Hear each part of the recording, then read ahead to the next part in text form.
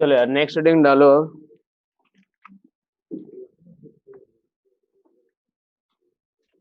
आज कल से ज्यादा बच्चे आए हो क्या तुम लोग? आज कौन कौन आया है पहले जो कल नहीं आए थे? इधर कम बच्चे क्यों आए हैं आज? 45 ही हैं अभी तो। हाँ। ऑनलाइन ठीक है, यहाँ 50 है। नहीं कल लगभग 62 तक जाते हैं। हाँ। अच्छा। अच्छा। चलो नेक्स्ट हेडिंग लिखो। बेटा ये उठ के बंद कर, वो भी बंद कर दे। चलो लिखो motion of centre of mass. Motion of centre of मास। तो बेटा एक बार देखो, जो आज और कल का जो टॉपिक है ना, वो सेंटर ऑफ मास का सबसे ज्यादा इंपॉर्टेंट और थोड़ा सा टफ भी लगता रहता है आप लोग, ठीक है? तो ठीक से समझना आप लोग। देखो यार, जैसे मान लेते हैं हम लोग एक एक्स एक्सिस लिया हमने,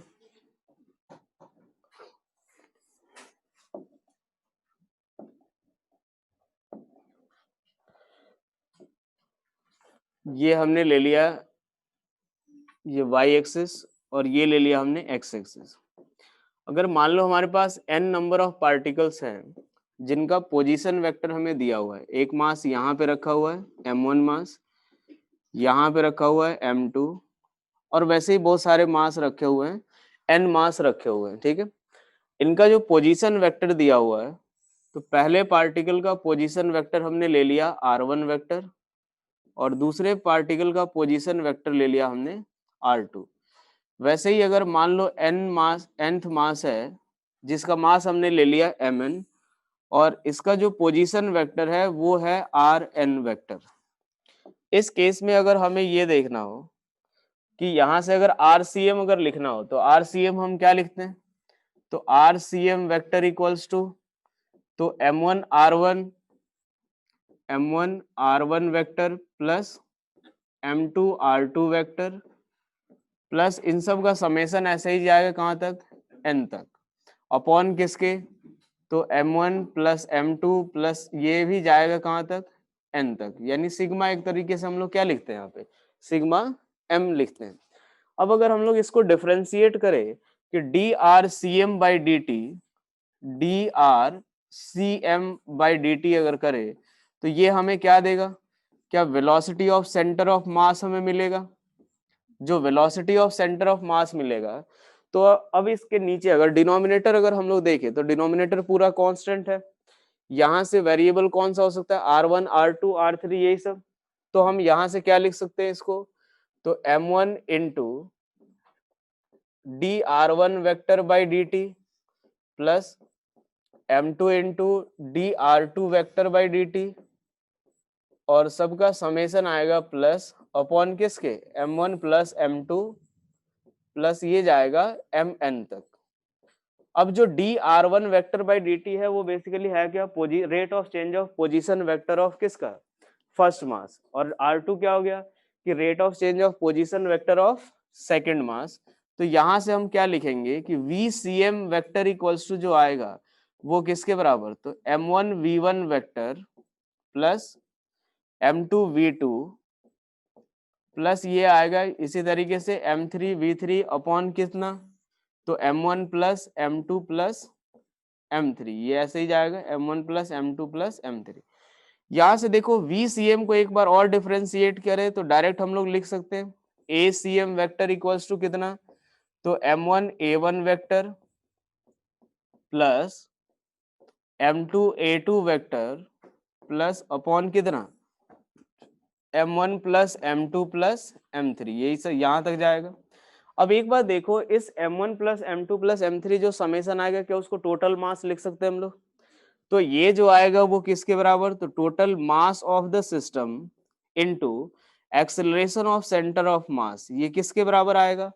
तो जो m1 इंटू a1 वेक्टर आएगा वो किसके बराबर होगा? तो force on first particle. m2 into a2 जो आएगा वो क्या होगा? Force on second particle. तो ये हम क्या लिख सकते हैं इसको कि f1 vector plus f2 vector plus ये आएगा अपने पास सब सारे जो फोर्सेज हैं उन सब का समेशन आएगा, ये लिख सकते हैं।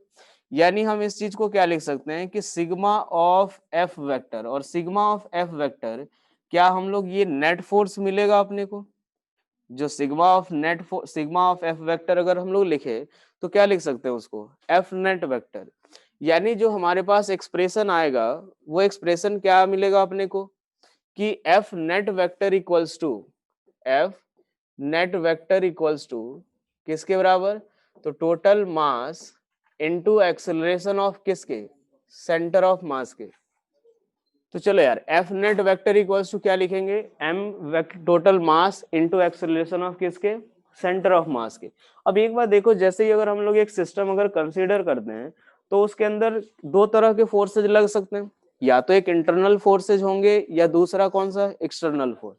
तो जब भी इंटरनल फोर्सेज अगर लगेंगे तो क्या वो हमेशा पेयर में लगेंगे, अगर इंटरनल फोर्सेज जो भी लगेंगे तो क्या वो हमेशा पेयर में लग रहे होंगे, चाहे वो अगर हम लोग एक बार देखो अगर सरफेस के ऊपर, किसी सरफेस के ऊपर अगर हमने एक ब्लॉक ले लिया, चलो ये रफ सरफेस है, अगर मैं इन दोनों को सिस्टम ले रहा हूँ, जो सरफेस नीचे रखा हुआ है और ब्लॉक रखा हुआ है, इसके बीच का जो फ्रिक्शन फोर्स लगेगा क्या वो भी पेयर में लगता है, कि इसके ऊपर अगर मान लो इधर की तरफ लग रहा है तो इसके ऊपर पीछे के डायरेक्शन में।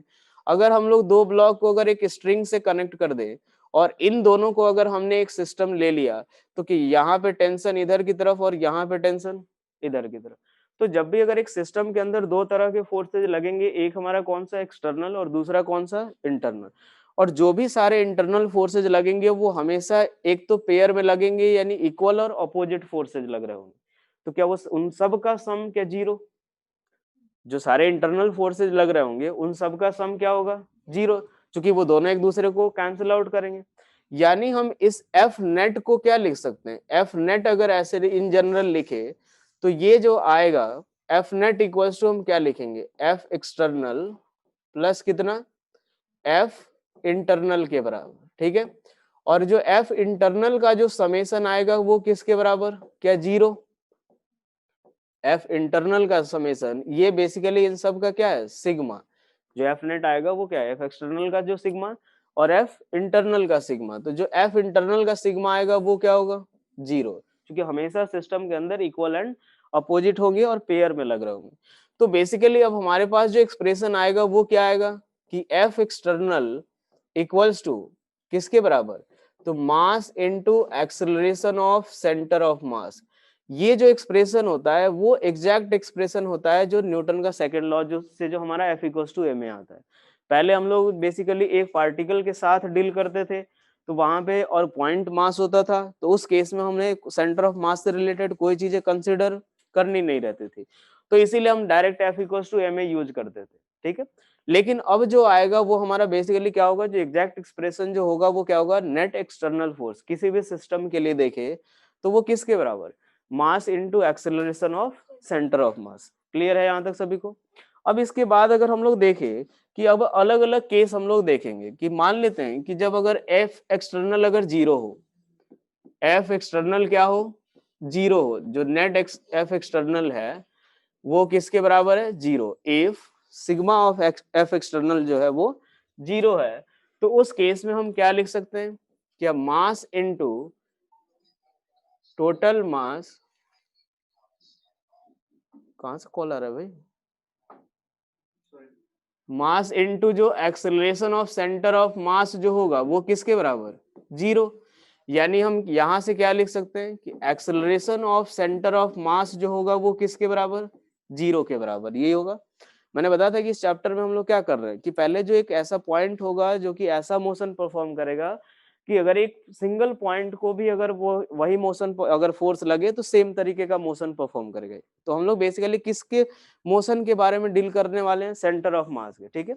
तो ये हमारा acceleration of centre of mass अगर जीरो हुआ तो इस केस में अगर केस फर्स्ट हम लोग लेते हैं, केस फर्स्ट कि if u centre of mass, जो initial velocity of centre of mass जो आया वो किसके बराबर, zero, u centre of mass अगर जीरो है तो क्या होगा, then velocity of centre of mass जो होगा क्या वो भी जीरो होगा, क्या ये बात समझ आई सबको। अगर एक बात सोचो कि अगर पहले ही सेंटर ऑफ मास क्या है, रेस्ट पे है, यानी यू सेंटर ऑफ मास 0, पहले ये यू सेंटर ऑफ मास 0 होने का मतलब क्या है, सेंटर ऑफ मास रेस्ट पे है, यानी बाद में भी पार्ट सेंटर ऑफ मास की जो वेलोसिटी होगी वो क्या होगी, 0, यानी सेंटर ऑफ मास बाद में भी रेस्ट पे रहेगा। कब, इसके लिए कंडीशन क्या है कि जो एक्सटर्नल फोर्स होना चाहिए वो 0 होना चाहिए। ठीक है भाई, तो VCM 0 हो गया, तो हम ये लिख सकते हैं क्या कि m1 into delta r1 vector by delta t plus m2 into delta r2 vector by delta t, और ऐसे ही अगर मान लो हमारे पास बहुत सारे पार्टिकल हो तो सबका समेशन, और अपॉन में कितना, तो m1 प्लस m2 प्लस ये पूरा आ जाएगा कुछ mn तक। ठीक है भाई, ये आ गया VCM 0। तो इस केस में हमारे पास एक रिजल्ट क्या निकल के आएगा कि m1 into delta r1 vector plus m2 into delta r2 vector, और सब का समेशन जो आएगा वो किसके बराबर, 0 के बराबर, क्योंकि m1 प्लस m2 इधर जाके क्या मिलेगा, 0। तो अगर दो पार्टिकल की बात करते हैं, फॉर टू पार्टिकल सिस्टम, अगर दो पार्टिकल सिस्टम, क्योंकि जनरली हमें यही डील करना है, दो पार्टिकल सिस्टम के लिए ही डील करना रहेगा, बाकी आने के लिए दो से ज्यादा भी आ सकते हैं। ठीक है, तो उस केस में हम क्या लिखेंगे कि m1 इंटू कितना, delta r1 vector plus m2 into delta r2 vector, ये किसके बराबर, 0। यानी एक बात देखो कि अगर आपको एक ऐसा सिस्टम दिया हुआ है जिसके ऊपर एक्सटर्नल फोर्स 0 है और जो सेंटर ऑफ मास है वो इनिशियली रेस्ट पे है, तो आप डायरेक्ट कौन ये रिजल्ट यूज कर सकते हो कि m1 into delta r1 vector plus m2 into delta r2 vector किसके बराबर, 0। ये डेल्टा r1 यहाँ से देखो, मैंने यहाँ पे जो लिखा है वो वेक्टर फॉर्म में लिखा है, और वेक्टर फॉर्म में लिखा है यानी आपको साइन के साथ कंसिडर करना पड़ेगा। ठीक है, तो जैसे देखो इस पे क्वेश्चन क्या क्या आ सकते हैं। जैसे अगर पहले क्वेश्चन की बात करें हम लोग, जैसे मान लो अपने पास एक प्लैंक रखा हुआ है। ठीक है, जैसे एक बात देखो, यहां से अगर देखें, जैसे ये एक प्लैंक रखा हुआ है, और ये जो प्लैंक है ये वाटर के ऊपर है। ठीक है, यानी इसके नीचे जो है, प्लैंक के नीचे कोई फ्रिक्शन फोर्स नहीं लग रहा है। अब देखा होगा आपने कि जैसे ही अगर आप प्लैंक के ऊपर मूव करना स्टार्ट करते हो तो प्लैंक भी मूव करना शुरू कर देता है। अगर आप इस प्लैंक के ऊपर अगर मूव करना शुरू करते हो तो प्लैंक भी अपोजिट डायरेक्शन में मूव करना शुरू करता है। ठीक है, ऐसा क्यों होता है, क्योंकि एक बार देखो, जब अगर मान लो हम लोग सिस्टम के तौर पे अगर किसको ले ले, सिस्टम के तौर पे अगर मैं इस मैन प्लस प्लैंक को ले लूं, सिस्टम के तौर पे किसको ले ले हम, मैन प्लस प्लैंक को, तो अगर एक बार देखो मैन और प्लैंक के को अगर सिस्टम ले लिया तो क्या इस पे बाहर जो है कोई एक्सटर्नल फोर्स हॉरिजॉन्टल डायरेक्शन में नहीं लग रहा यार, वर्टिकल डायरेक्शन में चलो mg लग रहा होगा, नीचे से बॉयंट फोर्स लग रहा होगा, वो बराबर हो रहे होंगे। हमें क्या देखना है कि एक्स डायरेक्शन में अगर देखे बात कि एक्स डायरेक्शन में क्या एक्सटर्नल फोर्स 0, और अगर नीचे एक्सेलरेशन नहीं है तो भाई वर्टिकल डायरेक्शन में भी क्या होगा, 0। तो क्या हम ये चीज बोल सकते हैं कि एक्सटर्नल फोर्स 0 है, और इनिशियली अगर क्या सिस्टम रेस्ट पे है, इनिशियली क्या है सिस्टम रेस्ट पे, और इनिशियली सिस्टम अगर रेस्ट पे है तो यानी हमारा जो सेंटर ऑफ मास जो है पहले जहां पे होगा वहीं पे बाद में भी रहेगा, पहले जहां पे है वहीं पे बाद में भी रहेगा। यानी अगर इन दोनों का सेंटर ऑफ मास अगर सपोज पहले कहीं यहाँ पे है तो इसका बाद में भी सेंटर ऑफ मास इसी जगह पे रह रहा होगा, और इसी जगह पे रहने के लिए क्या करता है कि जैसे ही ये जो मैन है वो आगे की तरफ मूव करना शुरू करता है तो प्लैंक किधर मूव करता है, पीछे की तरफ, किस लिए, ताकि जो सेंटर ऑफ मास है उसको उसी जगह पे रख सके। ठीक है, तो हमारा सवाल ये होगा कि अगर ये मान लिया इसका मास हमने ले लिया कितना, स्मॉल m, और इसका मास ले लिया हमने कैपिटल M, तो क्वेश्चन ये है, मैं ये बोल रहा हूँ बेटा कि अगर मान लो हमने इस मैन प्लस प्लैंक को अगर हम लोग एक सिस्टम ले लिया, ठीक है, तो अगर सिस्टम ले ले तो जो हमारा एक्सटर्नल फोर्स होगा इस सिस्टम के ऊपर वो 0 होगा, और जब एक्सटर्नल फोर्स 0 होगा यानी एक्सेलरेशन ऑफ सेंटर ऑफ मास क्या हो गया, 0। और इनिशियली जब दोनों अगर सिस्टम मैन प्लस प्लैंक जो है अगर रेस्ट पे है तो सेंटर ऑफ मास जो है वो रेस्ट पे है, और सेंटर ऑफ मास अगर रेस्ट पे है तो बाद में भी अगर ये मूव करने लगे तब भी सेंटर ऑफ मास क्या रहना चाहिए, रेस्ट पे। ठीक है, तो रेस्ट पे रखने के लिए ही जब मैन अगर इधर की तरफ मूव करता है तो प्लैंक जो है वो पीछे की तरफ मूव करना शुरू करता है, ठीक है। अब एक बात देखो, सवाल ये है कि मान लो मैन जब ये प्लैंक के दूसरे एंड पे जब चला गया तो उस समय हमें निकालना रहेगा कि प्लैंक का डिस्प्लेसमेंट कितना होगा, ठीक है। यानी जब हम लोग देखेंगे कि जब मैन जो है, मैन अगर मान लो दूसरे एंड पे पहुंच गया तो प्लैंक कितना मूव करेगा। तो हम लोग एक काम करते हैं, सबसे पहले क्या करेंगे कि ये जो बाद का जो कंडीशन है वो हम लोग बना लेंगे। अच्छा एक बात बताओ, अगर मैन पे पूछूं क्या एक्सटर्नल फोर्स जीरो, क्या अगर मैन पे एक्सटर्नल फोर्स जीरो, प्लैंक पे एक्सटर्नल फोर्स जीरो, देखो यही होता है बेटा, आप लोग ठीक से चीजें जो है ना एनालाइज किया करो, थोड़ा सोचा करो। इसीलिए सवाल जब आपका रैंडम दिया जाता है तो सवाल इसीलिए नहीं होता क्योंकि हम ये चीजें सब सोच नहीं पाते। एक बात देखो, अगर मैन के ऊपर अगर ये फ्रिक्शन फोर्स नहीं लगता तो क्या वो मूव कर पाता? नहीं कर पाता ना। मैन के ऊपर जो है उसके ऊपर फोर्स ऑफ फ्रिक्शन लग रहा है, उसके ऊपर एक्सटर्नल फोर्स जीरो नहीं है, प्लैंक के ऊपर एक्सटर्नल फोर्स जीरो नहीं है, लेकिन दोनों को जब सिस्टम ले लिए तब उसके ऊपर एक सिस्टम के ऊपर एक्सटर्नल फोर्स क्या हो रहा है? जीरो हो रहा है। क्लियर? बिना फ्रिक्शन हम मूव ही नहीं कर सकते। तो अब एक बात देखो कि जब अगर इन दोनों को सिस्टम ले लिया हमने तो इसके ऊपर भाई एक्सटर्नल फोर्स कितना है? जीरो, क्योंकि इंटरनल फोर्स हो जाएंगे फ्रिक्शन फोर्स। बाद का कंडीशन अगर हम लोग बनाए तो मान लेते हैं जब ये दूसरे एंड पे पहुंचा तो ये जो प्लैंक है वो पीछे की तरफ जाएगा, पीछे की तरफ कितना गया? एक्स। और मैन जो है वो कहाँ पे पहुंचा? इस वाले पोजीशन पे। ये सारी चीजें हमने किसके रेस्पेक्ट में लिखी है? ग्राउंड के रेस्पेक्ट में। ये सारी चीजें हम लोग किसके रेस्पेक्ट में देख रहे हैं? क्योंकि एफ एक्सटर्नल किसके रेस्पेक्ट में है? जीरो के, सॉरी एफ एक्सटर्नल जीरो किसके रेस्पेक्ट में है? ग्राउंड के रेस्पेक्ट में। प्लैंक के रेस्पेक्ट में इस मैन के ऊपर एफ एक्सटर्नल जीरो नहीं है। तो जो डेल्टा आर वन और डेल्टा आर टू लिखना है वो हमें किसके रेस्पेक्ट में लिखना है? ग्राउंड के रेस्पेक्ट में। किसके रेस्पेक्ट में?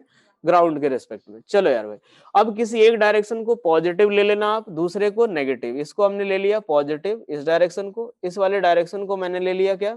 नेगेटिव। अब यहां से देखें तो क्या जो कैपिटल एम मास है उसके लिए क्या लिखेंगे? क्या m into minus of x, जो प्लैंक है वो कितना चला है? एक्स डिस्टेंस पीछे की तरफ माइनस एक्स, प्लस जो स्मॉल एम मास है वो कितना चला होगा? तो अब एक बात देखो कि वो डिस्टेंस कितना चला कि यहां से चल के यहां तक आया, ये पूरा कितना? एल, ये एक्स, तो ये कितना? L minus x. तो ये कितना लिख देंगे? Small m into l minus x equals to किसके बराबर? जीरो के बराबर। बस यहां से सॉल्व करोगे अपना आंसर आ जाएगा। Capital M minus of x x plus small m into l minus small m into x equals to zero. X equals to किसके बराबर? तो small m l upon capital M plus small l. ठीक है, ये तो हो गया अपने पास। यहाँ पे अपने पास निकल गया कि चलो भाई यहाँ से सीधा सीधा देख ले। चाहो तो हम रिलेटिव का यूज करके भी ये वाली चीजें निकाल सकते हैं। ठीक है, कि हमारा क्या होगा? Displacement of man with respect to ground, क्योंकि आगे यूज आएगा इसीलिए मैं अभी बता दे रहा हूँ कि displacement of man with respect to plank और प्लस डिस्प्लेसमेंट ऑफ किसका? Plank with respect to ground. ये चीज पता है सभी को, शायद एक दो बार और भी पहले यूज हुआ है। ठीक है, तो हमें निकालना है ये वाली चीज। तो displacement of man with respect to plank कितना होगा? Displacement of man with respect to plank कितना होगा? एल होगा। भाई एक बात सोचो, अगर आप इस प्लैंक के ऊपर बैठे होते चुपचाप तो आपको वो आदमी कहाँ पे, अगर मान लो आप यहाँ पे बैठे हो तो आदमी आपसे आकर के मिल लिया होता तो आपको कितनी दूर चला हुआ होता दिखता वो? एल। तो और एल किस डायरेक्शन में? इधर की तरफ। तो क्या लिखेंगे? एल। और प्लैंक का जो डिस्प्लेसमेंट है ग्राउंड के रेस्पेक्ट में किधर की तरफ है? पीछे के डायरेक्शन में। कितना? एक्स। तो कितना लिखेंगे? L minus x. समझ आई बात? इस तरीके से आगे जब आएगा जब वेलोसिटी वाला पार्ट तो वहां पे यूज होगा, तो वहां पे आप लोग इस तरीके से चीजें यूज कर सकते हो। ठीक है, चलो क्लियर हो गया? नोट करो फटाफट जल्दी से।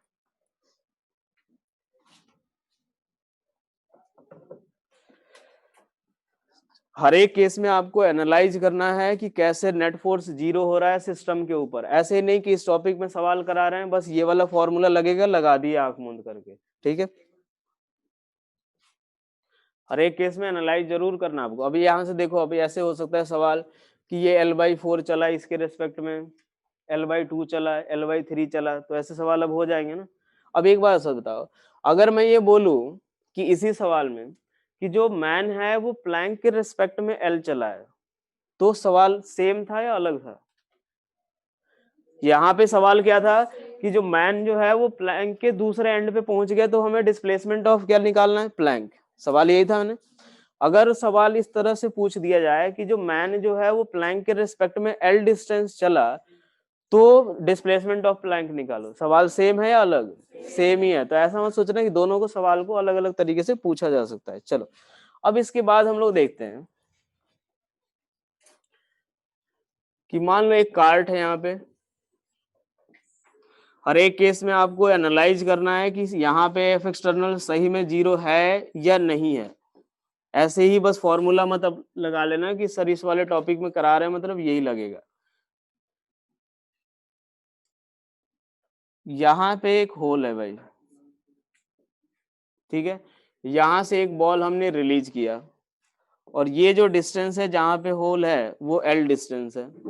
इसका मास ले लो स्मॉल m और इसका मास ले लो 2m।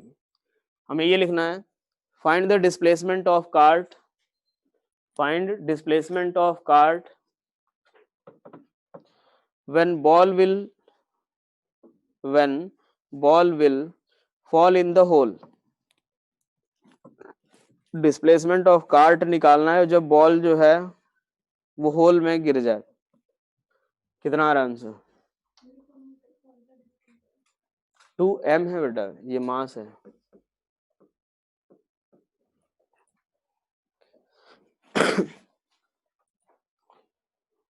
कल कितने लोगों ने सेंटर ऑफ मास के सवाल किए थे? रोज का रोज ही किया करो भाई। कितना आ रहा है? कितना आ रहा है आंसर? L/2 आ रहा है। मुझे याद है L/3 आएगा, L/3 आएगा। बस बाद का एक बार कंडीशन बनाओ, L/3 आएगा। देखो इधर जिस सवाल सेम ही है भाई, सवाल में उन्होंने कुछ भी चेंज नहीं किया। आप चाहते तो डायरेक्ट आंसर बता सकते थे कि वो भी यहाँ इस वाले केस में भी जो स्मॉल m मास है इसके रेस्पेक्ट में कितना चला है? L ही भाई, इसके रेस्पेक्ट में पूछ रहा हूँ, L ही चला है ना, वहां भी कितना चला था? तो बस उस वाले में फॉर्मूले में पुट भी कर सकते थे आप। भाई देखना चाहता है किसी का दिमाग चल भी रहा है कि नहीं। यहाँ से देखो ये हमने ले लिया, ये भाई नेट फोर्स 0, ये पूरा का पूरा। जब भी अगर ऐसा अगर क्वेश्चन दिया रहेगा ना, तो आपको ये बताया जाएगा कि ये जो सरफेस है वो कंप्लीटली स्मूथ है। ये सरफेस कैसा? कंप्लीटली स्मूथ है। अगर स्मूथ नहीं हो तो क्या लगा सकते हैं? नहीं लगा सकते, क्योंकि अगर स्मूथ नहीं होगा तो कार्ड पे नीचे के नीचे फ्रिक्शन लग जाएगा, और फ्रिक्शन लगेगा यानी एफ एक्सटर्नल 0 नहीं है। तो अब एक बार देखो, ये कार्ड का ऐसे पोजीशन हो गया, मान लो ये बॉल यहाँ पे आ गया, ठीक है। ये कितना चला है कार्ड? पीछे की तरफ x डिस्टेंस चला है, ठीक है। जब पीछे की तरफ x डिस्टेंस चला है तो क्या लिखेंगे? तो 2m into minus x plus small m into कितना, इसके रेस्पेक्ट में L चला है, ये x पीछे खिसक गया। ऐसे सोचना जरा, ये इसके रेस्पेक्ट में कितना चला है? L, और ये पीछे x खिसक गया तो कितना चला है? ये फिर ग्राउंड के रेस्पेक्ट में L माइनस एक्स। तो यहाँ से आंसर आ जाएगा अपने पास x इक्वल्स टू कितना? L/3। L/3 आ रहा है ना। चलो अब इसके बाद देखो, समझ आ गया सभी को ये? चलो अब अगला सवाल लिखो।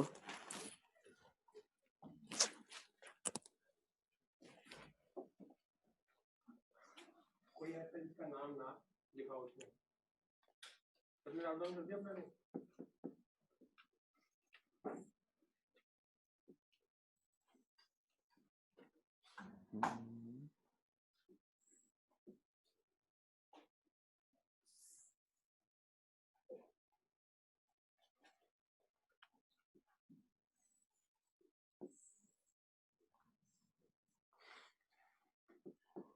ये मान लो कैपिटल M है, यहाँ पे एक छोटा सा बॉल है जिसका रेडियस है स्मॉल r, और इसका रेडियस है कैपिटल R। चलो लिखो, फाइंड द डिस्प्लेसमेंट ऑफ, इसका मास ले लेना small m, find the displacement of wedge, find the displacement of wedge when ball will reach at the lower end, when the ball will reach at the lower end.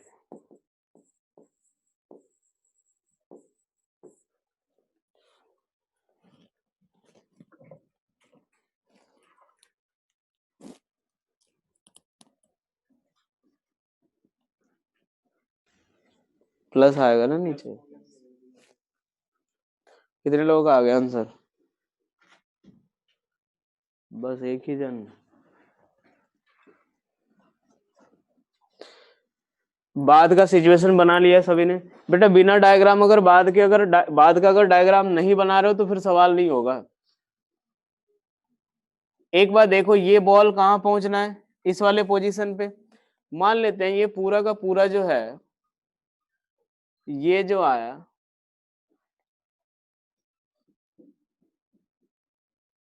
ये वाला part किसके बराबर?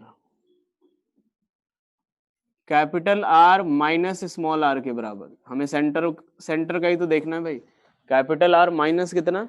Small r. अब एक बात सोचो कि ये मान लेते हैं कितना दूर चला गया, एक्स दूर, एक्स डिस्टेंस ये पीछे की तरफ गया, ठीक है। ये जाएगा क्यों? क्योंकि इसके ऊपर नॉर्मल पीछे लग रहा होगा। इसके ऊपर जैसे अगर मान लो किसी टाइम पे एबीडी बनाए तो इस पे नॉर्मल ऊपर की तरफ और इस वाले पे नॉर्मल नीचे, इसका एक कंपोनेंट इधर की तरफ आएगा जो इसको पीछे की तरफ मूव कराएगा, ठीक है। लेकिन फिर भी एफ एक्सटर्नल 0 है, इसीलिए सेंटर ऑफ मास क्या होगा? रेस्ट पे रहेगा। Initially centre of mass rest पे है, बाद में भी सेंटर ऑफ मास रेस्ट पे ही रहेगा, ठीक है। मान लेते हैं ये कितना चला गया, एक्स चला गया इधर की तरफ, ये ऐसा चला आया,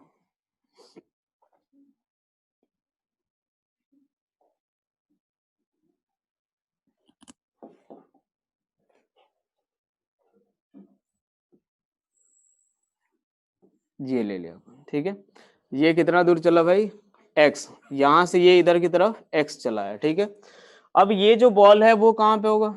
इस वाले पोजीशन पे। ये इसका इनिशियल पोजीशन है, ये इसका फाइनल पोजीशन है भाई, ठीक है।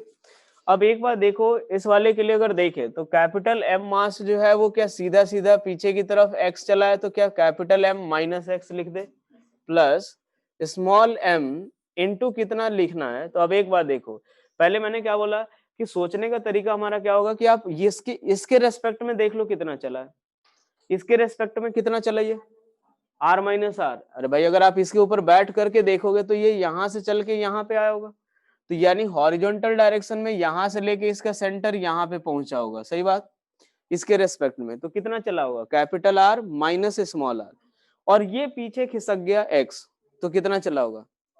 कितना आगे चला? आर माइनस एक्स के बराबर। सोचने का तरीका समझ आया? पहले आप इसके रेस्पेक्ट में देख लो कितना आगे की तरफ कितना आया होगा, capital R minus small r. ये थोड़ा एक्स पीछे खिसक गया, कितना चला ग्राउंड के रेस्पेक्ट में? तो capital R minus small r minus x equals to 0। X equals to किसके बराबर? तो s small m capital R minus small r upon capital M plus small m, यही आएगा। सवाल दो दो लाइन के ही आएंगे इसमें इस तरह के, बस ये है कि आपको विजुअलाइज करना पड़ेगा।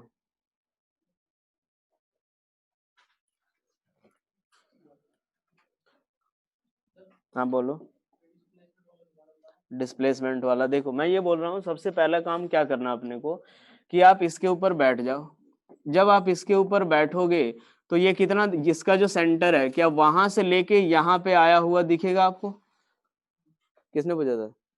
तुम। हाँ तो देखो, यहाँ से लेके यहाँ तक आया हुआ दिखेगा, तो यहाँ से लेके जब यहाँ तक आया हुआ दिखेगा तो ये कितना दूर चला है इधर की तरफ? आर माइनस स्मॉल आर, उतना दूर आगे चला, और ये पीछे खिसक गया कितना? एक्स। तो कितना चला ग्राउंड के रेस्पेक्ट में? डिस्प्लेसमेंट हम लोग एक बार देखो कि ये बताओ कौन से डायरेक्शन में हमारा एक्सटर्नल फोर्स 0 है? किस डायरेक्शन में? वाई डायरेक्शन में भी। बस ओ भाई एम जी तो लग रहा है ना। इस पे mg नहीं लगेगा। अब एक बात देखो, मैं वो mg लग रहा है इसी के कारण से वो नीचे भी आ रहा है, और हमने वो जो m into m1 into delta r1 plus m2 into delta r2 y direction में नहीं लगा रहे, हम लोग किस डायरेक्शन में लगा रहे हैं, x डायरेक्शन में। यानी उसके लिए जरूरी क्या है, f external along x direction should be equal to 0। क्या ये हमारे क्राइटेरिया पूरा हो रहा है, ये क्राइटेरिया पूरा हो रहा है, x डायरेक्शन में कोई भी फोर्स, एक्सटर्नल फोर्स पूरे सिस्टम पे नहीं लग रहा है। तो हमें किस डायरेक्शन में देखना है, x का मूवमेंट देखना है, x में वो किधर की तरफ गया, कैपिटल R माइनस आर, इसके रेस्पेक्ट में ये पीछे खिसक गया x, तो कितना चला, capital R minus small r minus x। चलो अब यहां से देखो, तो यहाँ पे एक और, ये आखिरी सवाल है बेटा, ये जरूर कर लेना। अब ये एक वेज है, ये हाइट h दिया हुआ है, ये एंगल थीटा, इसका मास ले लो कैपिटल M, यहाँ पे एक ब्लॉक स्मॉल m लिया, और ये एक फ्रिक्शनलेस सरफेस पे रखा हुआ है, ये स्मूथ है।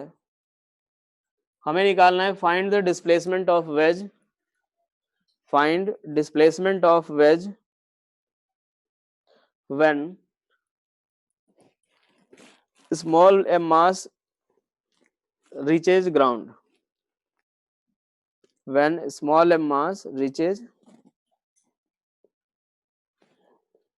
to the ground, mh tan theta, tan theta आ रहा है अपॉन tan theta कुछ आ रहा है, नहीं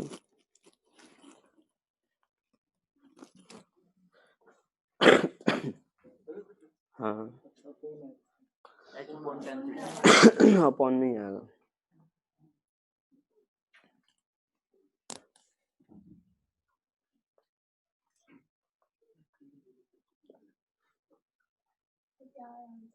M h upon tan theta into capital M plus small m, वही बात तो वही होगी।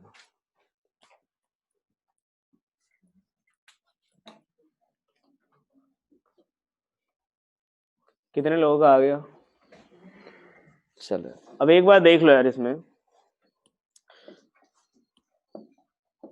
यहां से देखे तो मान लेते हैं ये कितना पीछे चला गया, ये पीछे चला गया भाई x, ये पीछे कितना दूर चला गया, यहां से ये x चला गया, ये भी x के ही बराबर होगा।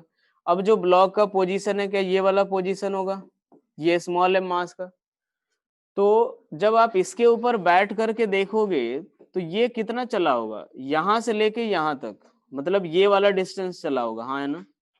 जब आप इसके ऊपर बैठ के देखोगे तो ये अगर बैठे हो तो यहां से लेके यहां तक पहुंचा है, ये इसका हॉरिजॉन्टल डिस्प्लेसमेंट है, तो यही होगा ना। हॉरिजॉन्टल डिस्प्लेसमेंट क्या होगा, इसका यही वाला होगा। तो हॉरिजॉन्टल डिस्प्लेसमेंट इसका यही वाला, तो ये कितना है, क्या h अपॉन tan थीटा के बराबर, tan theta equal to h by x हो जाएगा, तो x इक्वल टू कितना, h अपॉन tan थीटा। तो ये किसके रेस्पेक्ट में चला, वेज के रेस्पेक्ट में। तो क्या लिखेंगे इसमें, तो चलो यार यहां से अगर हम लोग देखें कितना हो गया, स्मॉल m इंटू, पहले कैपिटल M में लिख दो, कैपिटल M कितना चला माइनस x, और प्लस स्मॉल m कितना चला इधर की तरफ, h by tan theta, h by tan theta minus कितना स्मॉल x इक्वल्स टू किसके बराबर 0, तो x इक्वल्स टू किसके बराबर small m into h upon tan theta into capital M plus small m के बराबर। क्लियर हुआ ये चीज। चलो अब हो जाएगा इस तरीके का सवाल। चलो अब नेक्स्ट लिखो कि जैसे मान लो मैंने जो यहाँ पे जो बताया था कि जो अगर F एक्सटर्नल अगर 0 होता है तो हमारा जो सेंटर ऑफ मास रहता है वो कैसा रहेगा, रेस्ट पे, ठीक है। अब यही कारण होता है कि जैसे मान लो कि अगर सपोज अगर एक बॉम्ब अगर एक्सप्लोड हो रहा है, ठीक है, अगर एक बॉम्ब अगर रेस्ट पे है, अगर ये बॉम्ब अगर रेस्ट पे रहता है तो उस केस में सडनली जैसे ही एक्सप्लोजन होता है तो आपने देखा होगा कि बहुत सारे जो अलग अलग जो पार्ट होते हैं वो अलग अलग डायरेक्शन में मूव करते हैं, ऐसा होता है। अगर ये 4 पार्ट में, वैसे फटने के लिए तो बहुत सारे पार्ट में फटेगा, लेकिन ये क्या होगा अगर 4 पार्ट कंसीडर करते हैं तो उस केस में ये सारे के सारे जो पार्ट होते हैं वो अलग अलग डायरेक्शन में मूव करते हैं, यही होता है। कोई इधर की तरफ जाता है, कोई इधर की तरफ, ऐसा ही जाता है। वो इसीलिए क्योंकि जब भी अगर एक्सप्लोजन होता है तो वो होता है इंटरनल एनर्जी के कारण, वहां पे हम जाकर के ऐसा नहीं कि पत्थर मारना पड़ता है या कोई एक्सटर्नल फोर्स लगाना पड़ता है अगर बॉम्ब फोड़ना हो तो। वो फुटता क्यों है? क्योंकि अपनी खुद की इंटरनल एनर्जी के कारण, जो भी अपना रिएक्शन वगैरह होता है उससे एनर्जी प्रोड्यूस होता है, वो सब अलग है। तो ये इंटरनल एनर्जी के कारण होता है। तो इस केस में भी हमारा जो एक्सटर्नल फोर्स है वो कैसा है? 0। अब बोलोगे सर mg लग तो रहा है। तो एक बार देखो, स्टार्टिंग में अभी इस चीज को मैं एक्सप्लेन करूंगा कि mg हम लोग क्यों नेग्लेक्ट कर रहे हैं, ठीक है। पहले अभी ये देखते हैं कि एक्सटर्नल फोर्स क्या है, 0। और ये देख ही लो, जो mg हम लोग क्यों नेग्लेक्ट करते हैं, अभी अगर जैसे ही रखा हुआ तो एक तो mg और नॉर्मल लग रहा है, ठीक है। लेकिन जैसे ही एक्सप्लोजन होता है ना, तो उस टाइम पे क्या होता है कि जो mg फोर्स होता है वो काफी स्मॉल होता है, किससे? जो इंटरनल फोर्सेज होते हैं, जो सारे इंटरनल फोर्सेज होते हैं उसके कंपैरिजन में mg की जो वैल्यू होती है वो बहुत ज्यादा कम होती है। इसीलिए हम लोग जस्ट पहले और जस्ट बाद में जो है वो हम लोग क्या मान लेते हैं कि एफ एक्सटर्नल 0, ठीक है। जो जस्ट पहले और जस्ट बाद में हम क्या मान लेते हैं? एफ एक्सटर्नल 0 मान लेते हैं। और इसीलिए अब अगर एफ एक्सटर्नल 0 है तो एक्सेलरेशन ऑफ सेंटर ऑफ मास भी क्या होगा? 0। एक्सेलरेशन ऑफ भाई सेंटर ऑफ मास 0 है तो इस केस में हमारा क्या होगा? और u सेंटर ऑफ मास भी कैसा है? 0। तो क्या वेलोसिटी ऑफ सेंटर ऑफ मास भी 0 होगा? और इसीलिए सेंटर ऑफ मास को वो रेस्ट पे रखने के लिए क्या होते हैं कि अलग अलग डायरेक्शन में क्या होते हैं? मूव करते हैं, जिससे कि हमारा सेंटर ऑफ मास यहीं पे रह सके। क्लियर हुआ है चीज? तो जब भी एक्सप्लोजन हो तो जस्ट बिफोर और एक्सप्लोजन और जस्ट आफ्टर एक्सप्लोजन हम लोग एफ एक्सटर्नल क्या मान सकते हैं? 0। ये कॉन्सेप्ट क्लियर हुआ? वैसे ही देख लो एक और, अगर हम लोग सिस्टम कंसिडर करें कि मान लो दो स्प्रिंग से हमने एक मास अटैच कर रखा हो, ठीक है। ये हमारा स्प्रिंग है, स्मॉल एम मास, और ये हमारा कंप्रेस्ड पोजीशन में। मान लो अपने पास कोई एक्सटर्नल फोर्स लगा करके, ये m1 m2 लगा करके और इसको ऐसे रिलीज किया। जैसे ही अगर मान लो हम रिलीज करते हैं तो ये इधर की तरफ जाता है, ये इधर की तरफ। जैसे ही आपने रिलीज किया क्या एफ एक्सटर्नल 0, जैसे ही आपने रिलीज कर दिया क्या एफ एक्सटर्नल 0। भाई जो जो स्प्रिंग फोर्स लगेगा वो कैसा फोर्स होगा? इंटरनल फोर्स होगा। तो जब अगर इंटरनल फोर्स होगा तो उस केस में ये वाला ब्लॉक इधर जाता है और ये वाला ब्लॉक इधर जाता है। वो इसीलिए क्योंकि ये पूरा का पूरा जो सेंटर ऑफ मास पहले यहाँ पे है, उस वहीं पे क्या रहे, उसी पोजीशन पे सेंटर ऑफ मास बाद में भी रहे। इसीलिए ये दोनों के दोनों ब्लॉक क्या होते हैं? आगे एक इधर जाता है तो दूसरा इधर की तरफ, ठीक है। एक minute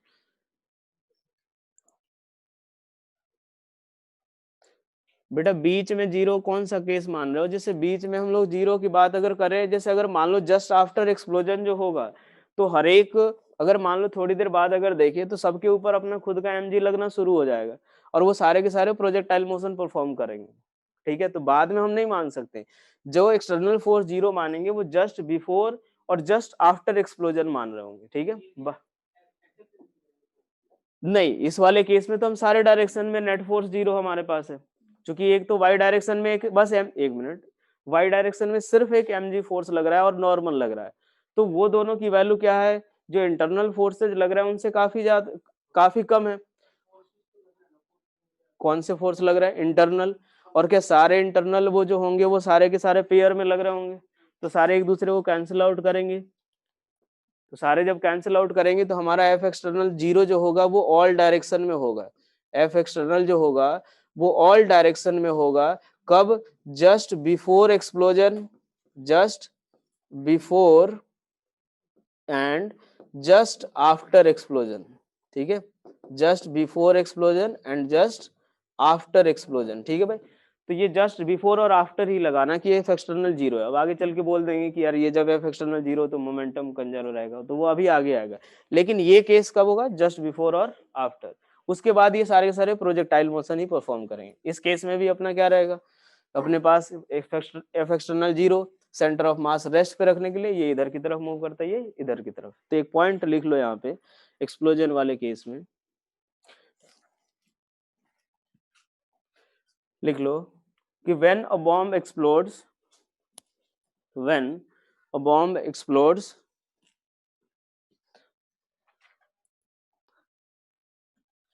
then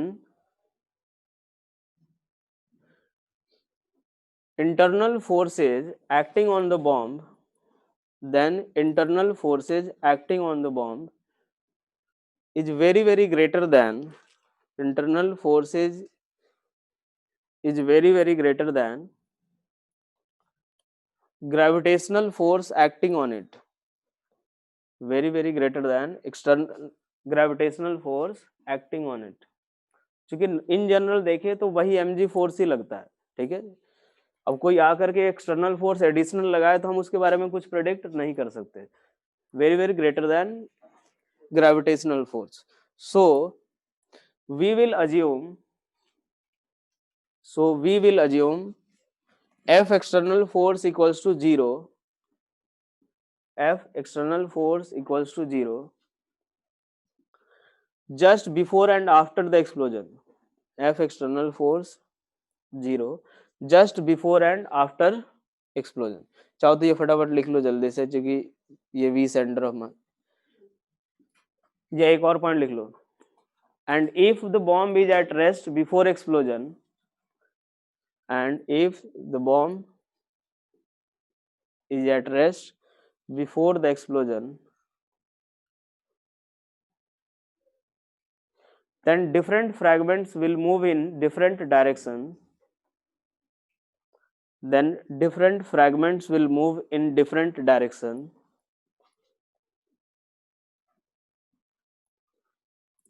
so that center of mass will remain at rest.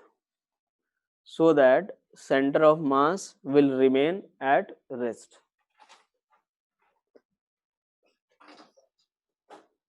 चलो चाहो तो नोट कर लो जल्दी से, और इसके बाद लिखो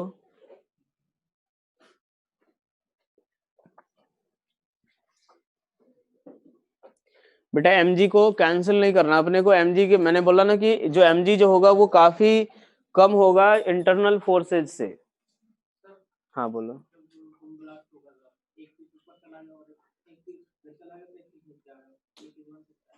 हाँ ऐसा हो सकता है ना, वो तो रैंडम डायरेक्शन में जाएंगे, बस उनका यही मोटिव रहेगा कि सेंटर ऑफ मास जहाँ पहले है वहीं पे बाद में भी रहे।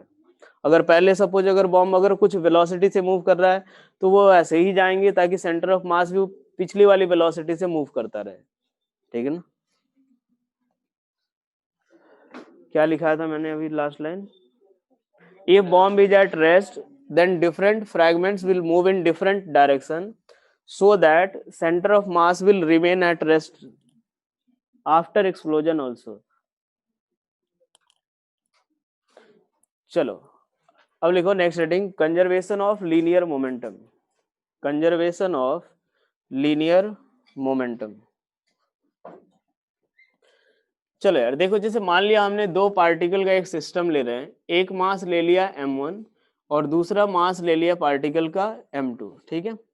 ये जो दो पार्टिकल का सिस्टम ले रहा है, ये मान लेते हैं कुछ ये v1 वेलोसिटी से इधर की तरफ जा रहा है, ठीक है, कुछ v1 वेलोसिटी से इधर की तरफ जा रहा है, और ये कुछ v2 वेलोसिटी से इधर की तरफ जा रहा है। और इसके ऊपर जो है ये दोनों जो खुद से जो मूव कर रहे हैं, तो वो इनके अपने खुद के इंटरनल फोर्स के कारण मूव कर रहे हैं, ठीक है। यानी जैसे मान लो ऐसा हो सकता है जैसे दो चार्ज पार्टिकल रख दिया हमने, तो दोनों एक दूसरे के ऊपर रिपल्सिव फोर्स लगाते हैं, उसके कारण मूव करते हैं। दो अगर स्मॉल m मास रख दिया तो दोनों के ऊपर ग्रेविटेशनल फोर्स लगेगा, उसके कारण वो मूव कर सकते हैं, ठीक है। तो ऐसी चीजें पॉसिबल है। तो मान लो कि इसके ऊपर जो फोर्स लग रहा है इंटरनल फोर्स वो इधर की तरफ, और इसके ऊपर फोर्स लग रहा है इधर की तरफ, ठीक है। इसको हमने लिखा F12, यानी ये क्या है, force on first particle due to second, और ये क्या है, force on second particle due to first. यानी इस सिस्टम के ऊपर कोई एक्सटर्नल फोर्स नहीं लग रहा है इस केस में। तो जो हमारा F एक्सटर्नल फोर्स लग रहा है वो किसके बराबर है, 0। F एक्सटर्नल फोर्स क्या है यहाँ पे, 0। तो यहां से अगर हम लोग देखें कि क्या हम लिख सकते हैं कि F12 वेक्टर इक्वल्स टू क्या लिखेंगे, तो माइनस ऑफ F21 वेक्टर, क्या ऐसा लिख सकते हैं कि F12 वेक्टर जो आएगा वो किसके बराबर, F21 वेक्टर के। तो हम यहां से ये चीज लिख सकते हैं कि F12 प्लस F21 वेक्टर जो आएगा वो किसके बराबर, 0 के बराबर, ठीक है। यहां से ये क्या आएगा, तो F12 जो आएगा वो किसके बराबर, F12 m1 इंटू कितना, a1 वेक्टर, और ये जो आएगा F21 वो m2 इंटू कितना, a2 वेक्टर। ये किसके बराबर आ गया भाई, 0। यहां से जब m1 a1 आ गया तो हम इसको क्या लिखेंगे, m1 into dv1 vector by dt और plus m2 into dv2 vector upon कितना dt के बराबर। क्या ये चीज लिख सकते हैं? dv1 vector by dt plus dv2 vector by dt। चलो यार, अब यहां से हम इसकी बात करें, अगर मास कांस्टेंट है, क्या है, इफ m1 एंड m2 जो है वो कांस्टेंट है, m1 और m2 क्या है, कांस्टेंट, तो हम इसको डिफरेंशिएशन साइन के अंदर लिख सकते हैं। तो फाइनली ये क्या आएगा, तो d of m1 into v1 vector by dt और प्लस d ऑफ, ये ऐसे ही लिख सकते हैं क्या दोनों को एक साथ, कि ये दोनों को एक साथ लिख सकते हैं क्या भाई, m1 into v one vector plus m2 into v two vector by dt। और ये जो m1 इंटू वी वन हुआ, क्या वो मोमेंटम ऑफ फर्स्ट पार्टिकल, और m2 इंटू वी टू क्या हो गया, मोमेंटम ऑफ सेकेंड पार्टिकल। तो यहां से हम क्या लिखेंगे कि d of p1 vector, d of p1 vector plus कितना p2 vector by dt equals to किसके बराबर, 0। और यहां से हम लोग लिख सकते हैं कि p1 प्लस p2 क्या आएगा, क्या d ऑफ मोमेंटम ऑफ किसका, सिस्टम, अपॉन कितना dt इक्वल्स टू 0। क्या मोमेंटम ऑफ द सिस्टम हम लोग क्या लिख सकते हैं, dp बाई dt 0। और मोमेंटम ऑफ द सिस्टम अगर dp बाई dt अगर 0 हुआ तो हम ये चीज लिख सकते हैं कि मोमेंटम ऑफ द सिस्टम जो आएगा वो क्या होगा, कांस्टेंट, है ना। मोमेंटम ऑफ द सिस्टम क्या आएगा, कांस्टेंट। अब momentum of the system constant आया तो हम ये चीज क्या लिख सकते हैं कि p momentum of the system क्या लिखेंगे, p initial vector equals to क्या लिख सकते हैं, p फाइनल वेक्टर। यानी हमें ये क्या बता रहा है कि जब भी अगर किसी सिस्टम के ऊपर अगर एक्सटर्नल फोर्स अगर 0 हो तो उसका जो इनिशियल मोमेंटम होगा वो किसके बराबर, फाइनल मोमेंटम।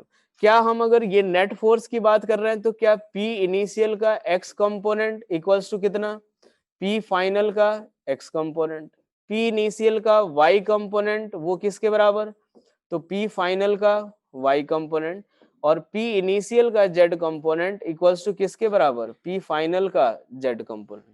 ये चीजें क्लियर हुई। यानी अगर आपके ऊपर नेट एक्सटर्नल फोर्स 0 है तो सारे डायरेक्शन में जो मोमेंटम होगा वो क्या होगा, कंजर्व होगा। ये हमारा क्या बता रहा है, यही हमारा क्या होता है, कंजर्वेशन ऑफ लीनियर मोमेंटम। कि अगर सिस्टम के ऊपर अगर एक्सटर्नल फोर्स 0 है तो जो सिस्टम का मोमेंटम होगा वो क्या रहेगा, कंजर्व रहेगा। ठीक है, ये जो कंजर्वेशन ऑफ मोमेंटम होता है, लीनियर मोमेंटम, वो होता है यूनिवर्सल लॉ बोलते हैं इसको। यूनिवर्सल लॉ इसलिए बोला जाता है क्योंकि ये माइक्रोस्कोपिक पार्टिकल के लिए भी वैलिड होता है और मैक्रोस्कोपिक पार्टिकल के लिए, देखा होगा आपने मॉडर्न फिजिक्स में भी यूज किया होगा। तो ये माइक्रोस्कोपिक के लिए भी वैलिड है और मैक्रोस्कोपिक के लिए भी वैलिड है। ठीक है, अब एक बात देखो, जो हमने पहला केस वहां पे कंसिडर किया था, ठीक है, if you centre of mass अगर 0, यू सेंटर ऑफ मास क्या हो 0, तो क्या v centre of mass, u centre of mass हम लोग सारे डायरेक्शन में 0 ले ले, तो क्या वी सेंटर ऑफ मास 0, और वी सेंटर ऑफ मास 0 यानी मोमेंटम ऑफ जो सेंटर ऑफ मास होगा वो क्या होगा, 0 के बराबर। क्या ये चीज क्लियर हो। अगर मान लो कि यू सेंटर ऑफ मास क्या हो, कि अगर कुछ यू हो, you centre of mass you हो, तो उसके बाद उस केस में हम लोग क्या लिखेंगे कि वी सेंटर ऑफ मास भी किसके बराबर होगा, तो यू के बराबर। और उस केस में जो सेंटर ऑफ मास का जो मोमेंटम होगा वो कैसा होगा, कांस्टेंट होगा। सेंटर ऑफ मास का जो मोमेंटम होगा या वो कैसा होगा, कांस्टेंट। क्लियर हुआ है चीज। चलो नोट करो फटाफट, एक पॉइंट लिख लो इसमें, पॉइंट लिखो, conservation of linear momentum is, conservation of linear momentum, conservation of linear momentum, ऐसे लिख लो, law of conservation of linear momentum, law of conservation of linear momentum is called universal law, is called universal law,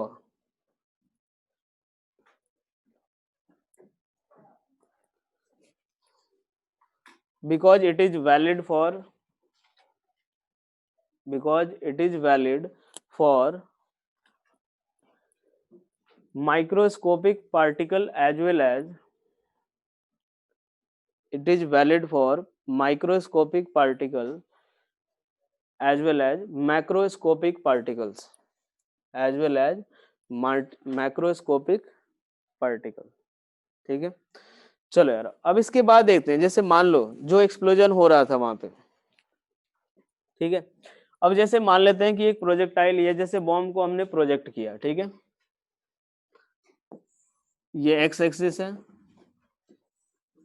ये हमारा Y axis है, ठीक है, यहां से अब अगर मान लो u वेलोसिटी से प्रोजेक्ट कर दिया, u की वैल्यू ले लेते हैं 20 मीटर पर सेकेंड, ठीक है, ये हम लोगों ने प्रोजेक्ट कर दिया इसको 37 डिग्री पे। मान लो ये जो पार्टिकल, ये जो बॉम्ब है, वो जब हाईएस्ट पॉइंट पे था, तो उस केस में हाईएस्ट पॉइंट पे ये 1:3 के रेशियो में ब्रेक हो गया, ठीक है, ये 1:3 के रेशियो में ब्रेक हो गया। एक जो पार्टिकल है वो क्या हो गया, जस्ट नीचे आ गया, ठीक है, ये जो स्मॉलर मास है वो क्या हो गया, नीचे आ गया। तो ये जो लार्जर मास कहाँ पे गिरेगा वो हमें फाइंड करना है। सवाल समझ आया? अब एक बात देखो, पहले हम लोग क्या कर रहे हैं, एक बॉम्ब है कोई भी स्मॉल एम मास का, उसको हम लोग प्रोजेक्ट कर रहे हैं 20 मीटर पर सेकेंड से 37 डिग्री के एंगल पे।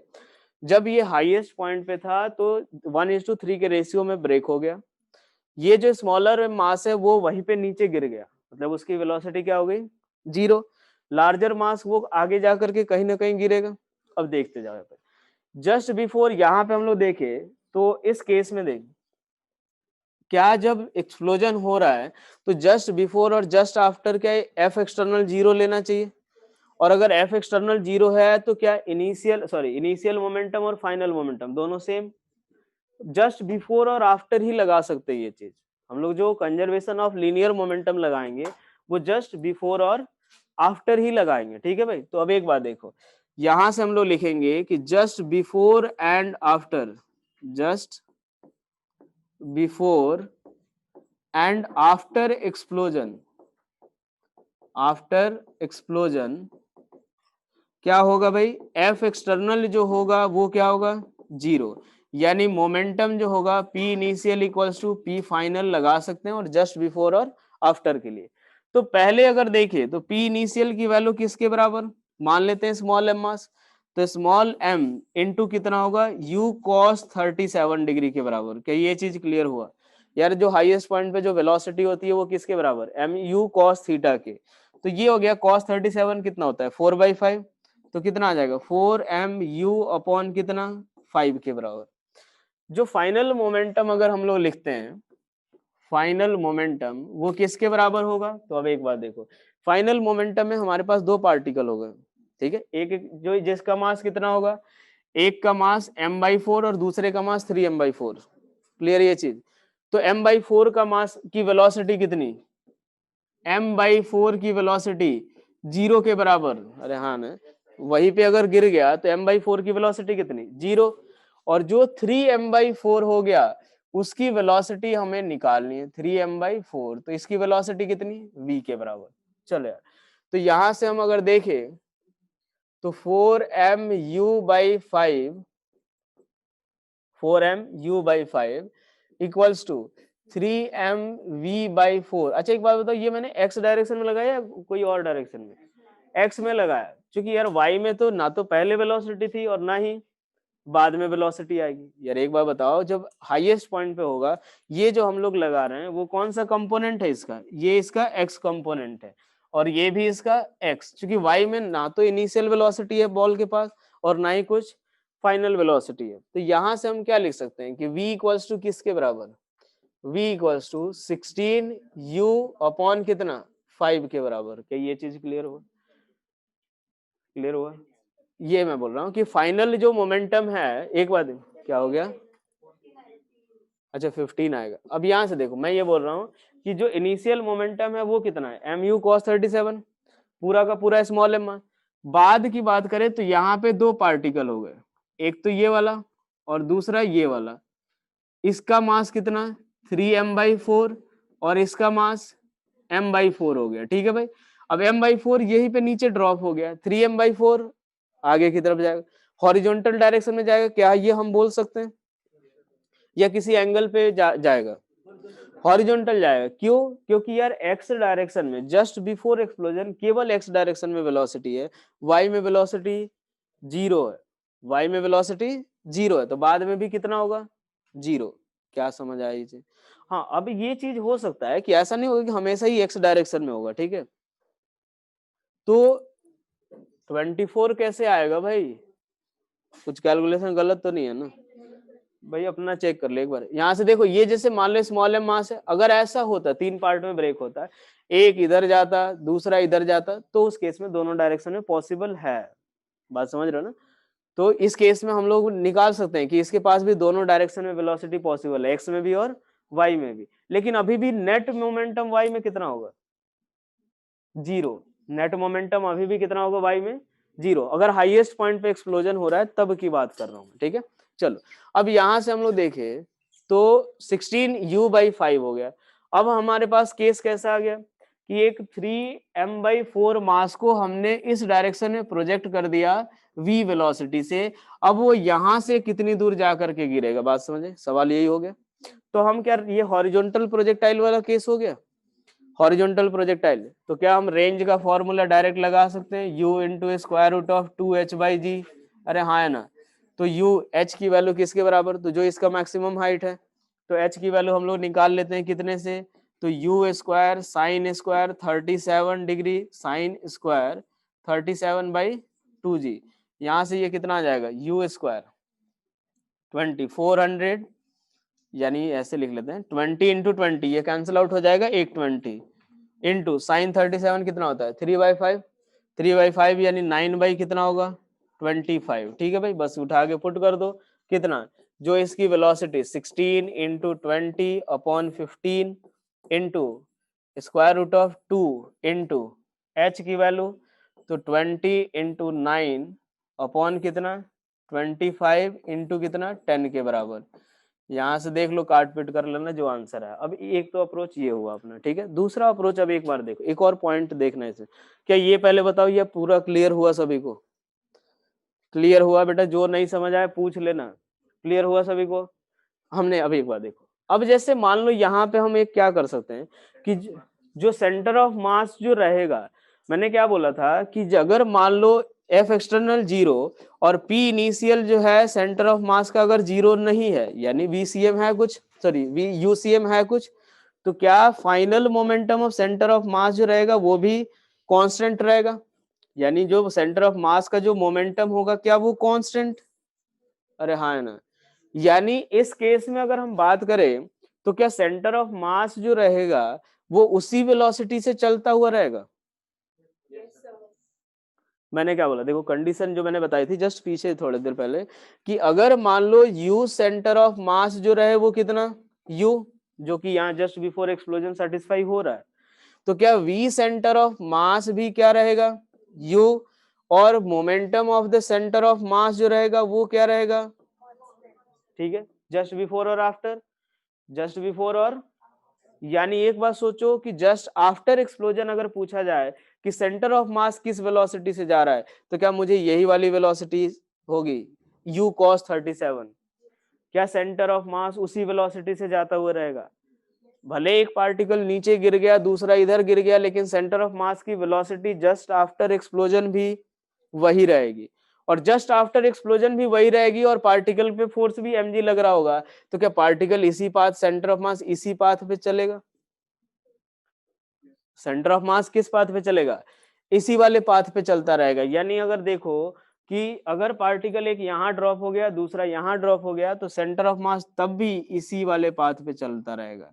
सेंटर ऑफ मास का जो पाथ होगा वो चेंज नहीं होगा, वो जिस प्रोजेक्टाइल वाले पाथ पे, पैराबोलिक पाथ पे चल रहा था, बाद में भी वो उसी प्रोजेक्टाइल वाले पाथ पे चलता रहेगा। क्लियर हुआ ये चीज? समझ आया? ये जो होगा वो हमारा कौन सा होगा? पाथ ऑफ सेंटर ऑफ मास। ये क्या होगा? पाथ ऑफ सेंटर ऑफ मास। अब हम चाहे तो एक तरीका कैसे निकाल सकते हैं कि इसका डिस्टेंस अगर निकालना हो तो मान लेते हैं कि ये वाला कितनी दूर हो, x दूरी हो, कितना? x। तो देखो क्या RCM इक्वल्स टू कितना? RCM जो होगा क्या वो कैपिटल R के बराबर, हाँ है ना? जो सेंटर ऑफ मास जो होगा वो कहाँ पे होगा? जो उसका ओरिजिनल रेंज होगा, इक्वल्स टू कितना है, पहले वाले का मास कितना है, m/4 इंटू कितनी दूरी पे गिरा है, r/2 पे, अरे हाँ है ना, प्लस कितनी, दूसरा मास कितना 3m/4 इंटू कितनी दूरी पे x अपॉन कितना स्मॉल m से स्मॉल m सारा कैंसिल आउट हुआ, x की वैल्यू आप डायरेक्ट यहाँ से निकाल सकते हो।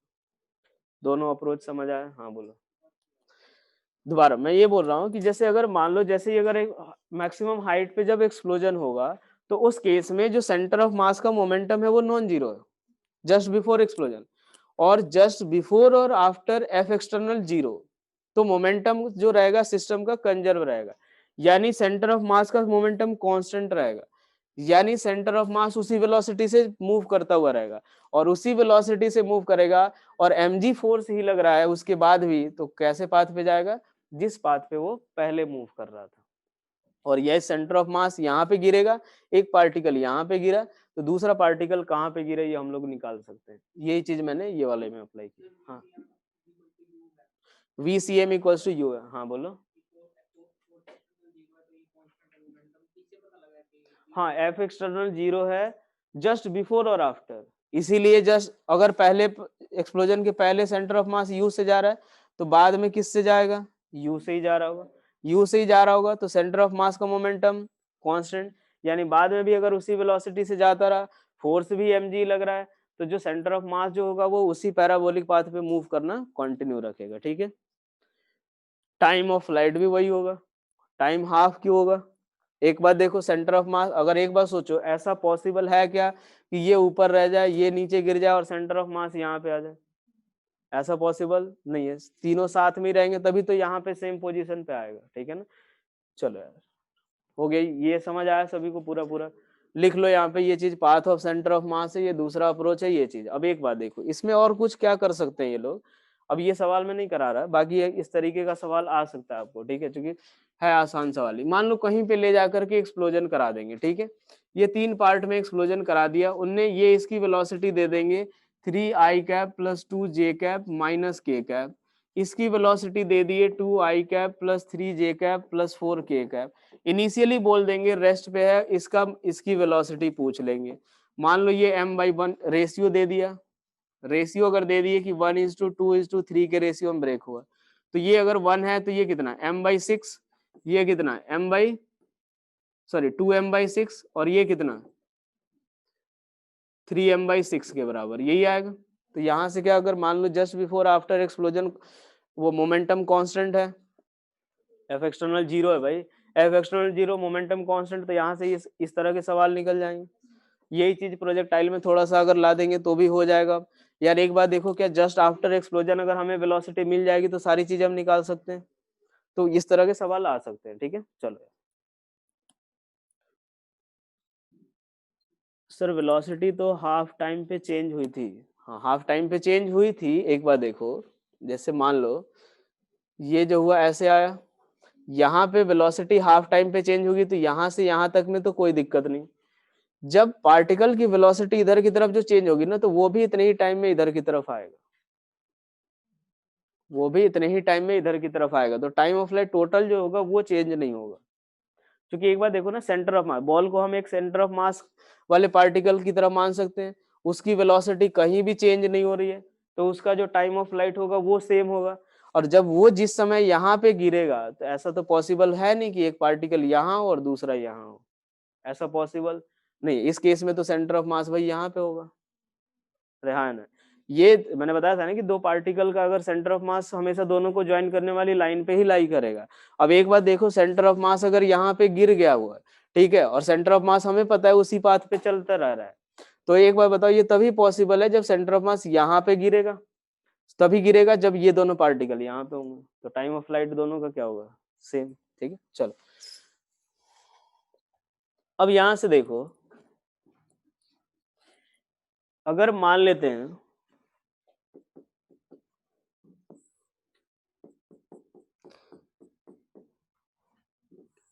ये एक 40 मीटर की बिल्डिंग है, यहां से एक एम मास के बॉल को प्रोजेक्ट किया और यहां से स्मॉल एम मास को प्रोजेक्ट किया, ठीक है, दोनों सेम मास, यहां से U1 से थ्रो किया, यहां से U2 से।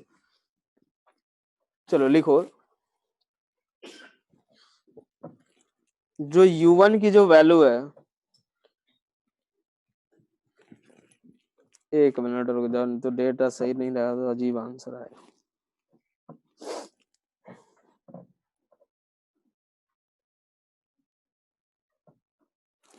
हाँ, u1 ले लो 50 और u2 ले लो 30, ये ले लो 50 और ये ले लो 30। हमें ये निकालना है find maximum height attend by the centre of mass. Find maximum height attend by the centre of मास। बेटा 3 पार्ट में जब एक्सप्लोजन होगा ना, तो उसमें भी जस्ट बिफोर मोमेंटम लिखना, जस्ट आफ्टर मोमेंटम लिखना, दोनों बराबर कर देना, हो जाएगा उससे।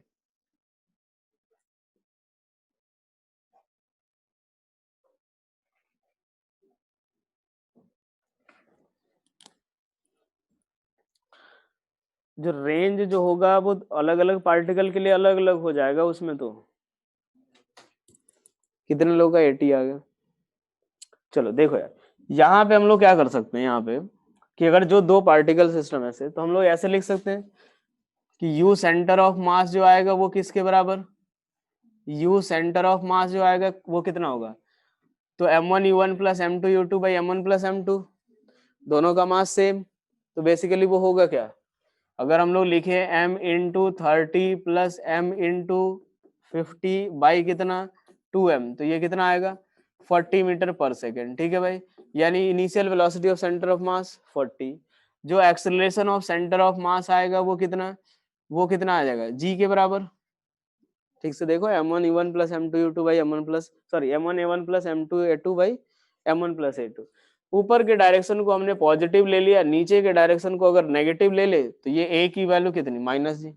क्या vcm square equals to ucm square plus 2acm into distance of centre of mass. मान लो सेंटर ऑफ मास पहले कितना होगा, क्या यहाँ से 20 पे होगा, क्या यहाँ से 20 पे होगा सेंटर ऑफ मास होगा, तो यहाँ से 20 पे होगा, तो यहाँ से मान लो कितनी दूर गया s मीटर, अरे यही होगा ना।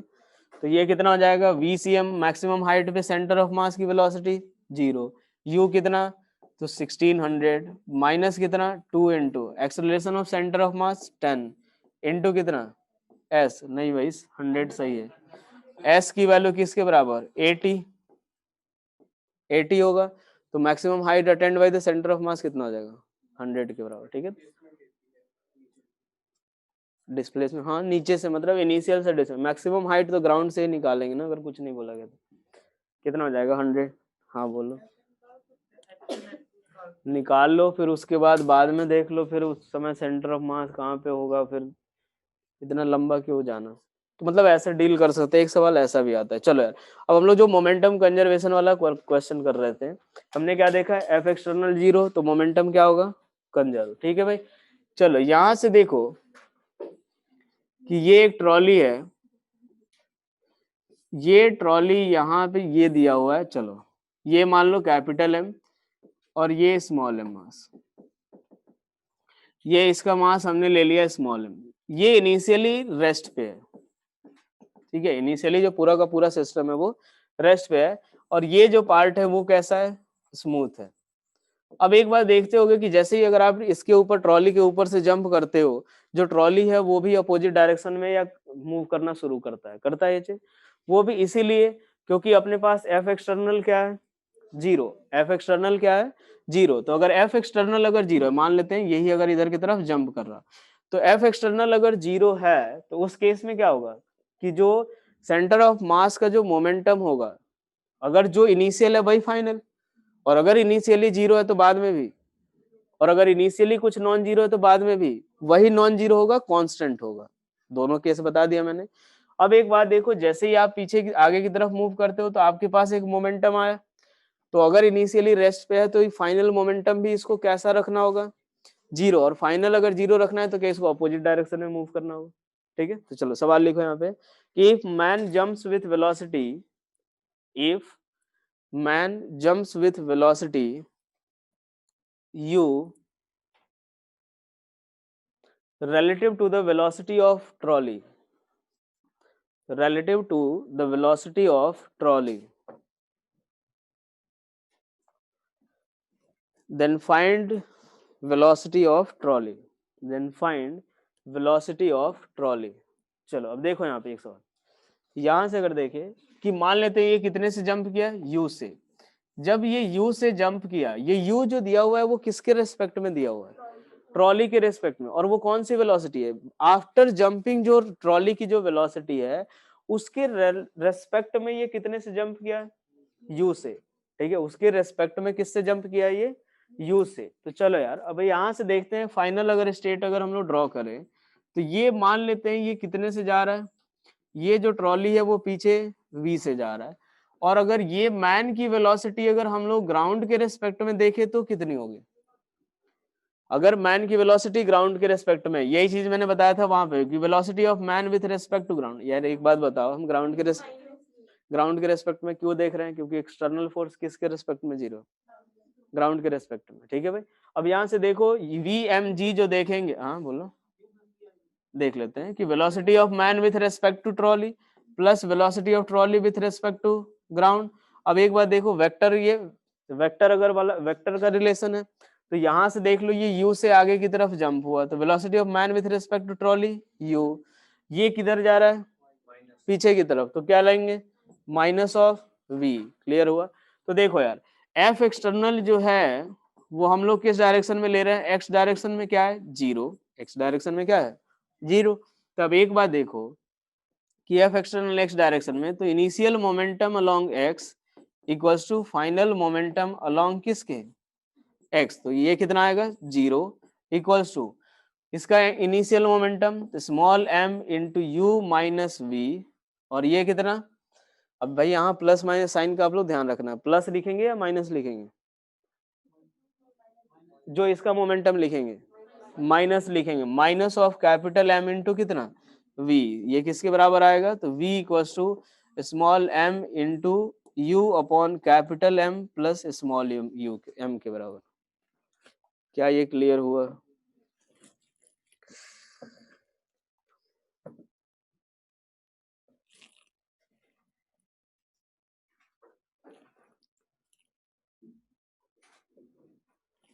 चलो यहां से देखो, हो गया भाई।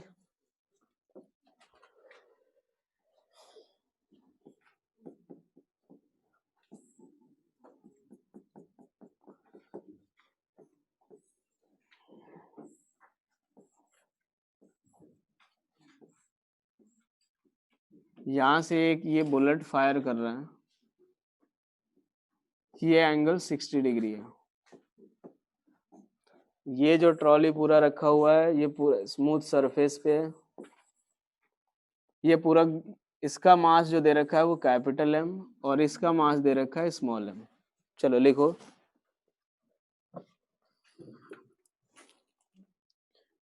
if gun fires the bullet,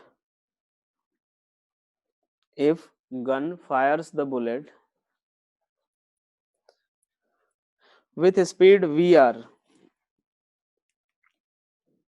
with speed vr relative to the barrel of the gun, relative to the barrel of the gun,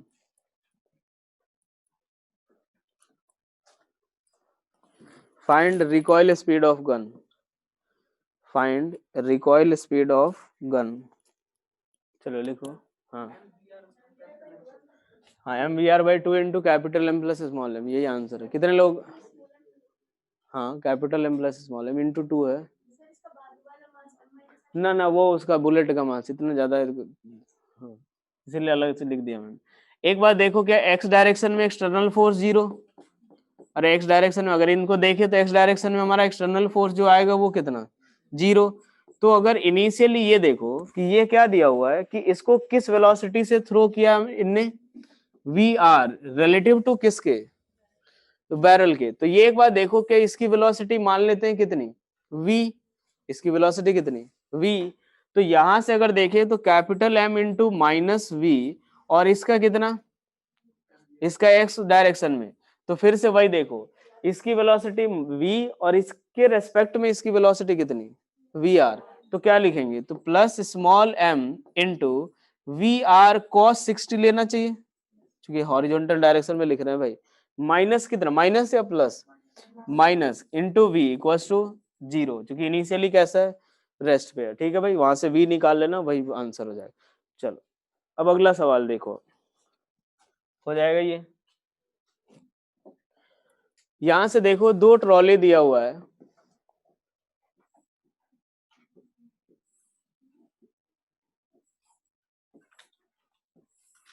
ये V0 से जा रहा है,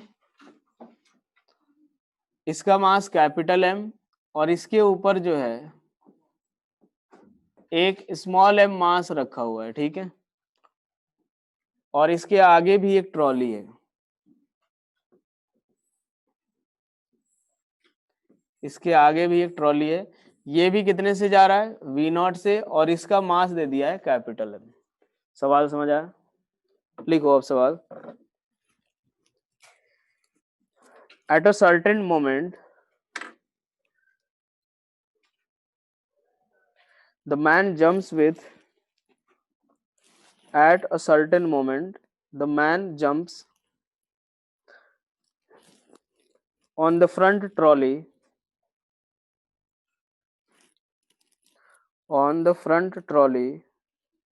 with velocity u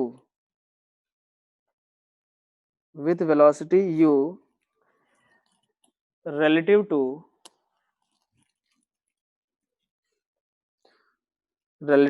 the first trolley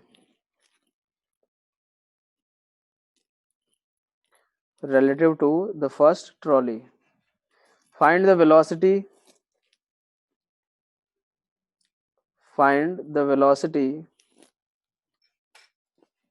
with which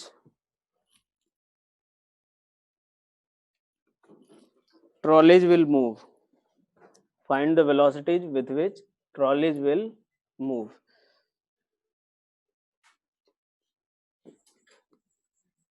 चलो देखो अब यहाँ पे पहले केस में, अब यहाँ से अगर हम लोग देखें तो ये कैपिटल M है, ये स्मॉल m, ये V0 से जा रहा है। ठीक है, हुआ क्या कि पहले ये जो है वो जंप कर रहा है कितने से, u से, किसके रेस्पेक्ट में, इस वाले के रेस्पेक्ट में। ठीक है, अब इसके रेस्पेक्ट में जब u से जंप करेगा तो इसकी वेलोसिटी कुछ और होगी, और जैसे ये इसके ऊपर जंप करेगा तो क्या उसके बाद इसकी वेलोसिटी चेंज होगी? सवाल समझ आया? पहले ये u से, ये दोनों आराम से V0 से जा रहे हैं। ठीक है, ये u से जंप कर रहा है इसके रिस्पेक्ट में, और जैसे ही जंप करेगा तो इसकी वेलोसिटी चेंज होगी, और जब इसकी वेलोसिटी चेंज होगी तो इसके ऊपर फिर जैसे ही गिरेगा तो बाद में इसकी वेलोसिटी भी चेंज होगी। तो हमें जंप करने के बाद इसकी वेलोसिटी निकालनी है और उसके बाद इस वाले की भी वेलोसिटी निकालनी है। क्लियर हुआ सवाल? चलो अब सबसे पहले एक बार देखो, पूरा जो सरफेस है वो कैसा है। अगर पहले हम इन दोनों को सिस्टम लेते हैं, इन दोनों को सिस्टम ले लें, तो पहले इससे फायदा क्या होगा, इसकी वेलोसिटी हमें मिल जाएगी। ठीक है, अब यहां से देखो फर्स्ट ट्रॉली की बात करते हैं हम लोग, जब अगर पहले डील कर रहे हैं किसके साथ, फर्स्ट ट्रॉली के साथ। फर्स्ट ट्रॉली के साथ अगर जब हम डील करेंगे तो स्टार्टिंग में इनिशियल जो कंडीशन रहेगी वो क्या रहेगी, ये स्मॉल m, ये इधर की तरफ V0 से जाएगा, और ये कैपिटल M, ये इनिशियल स्टेट हुआ, और जो इसका फाइनल स्टेट होगा वो क्या होगा, तो लो भाई फाइनल स्टेट जो होगा वो इधर की तरफ, या ऐसे ही मान लेते हैं ये कितने से जा रहा है, तो V1 से जा रहा है, और ये जो मैन जो जंप हुआ होगा वो कितने से, मैन जो जंप हुआ वो इसके रेस्पेक्ट में कितने से, u से, तो ग्राउंड के रेस्पेक्ट में कितने से, ये जो जाएगा, जल्दी आओ, एक और आ जाओ, एक मिनट सर, जरूरत है। कोई दिक्कत नहीं, ये जो है वो कितने से, हाँ यहाँ देखो इसके रेस्पेक्ट में ये कितने से जंप किया, u से, इसके रेस्पेक्ट में वो कितने से जंप किया, u से, तो ग्राउंड के रेस्पेक्ट में। तुम लोग ऐसा तो नहीं सारी चीजें भूल गए? तो ऐसे देख रहे हो पता नहीं क्या पूछ रहे, दो ट्रॉली थे।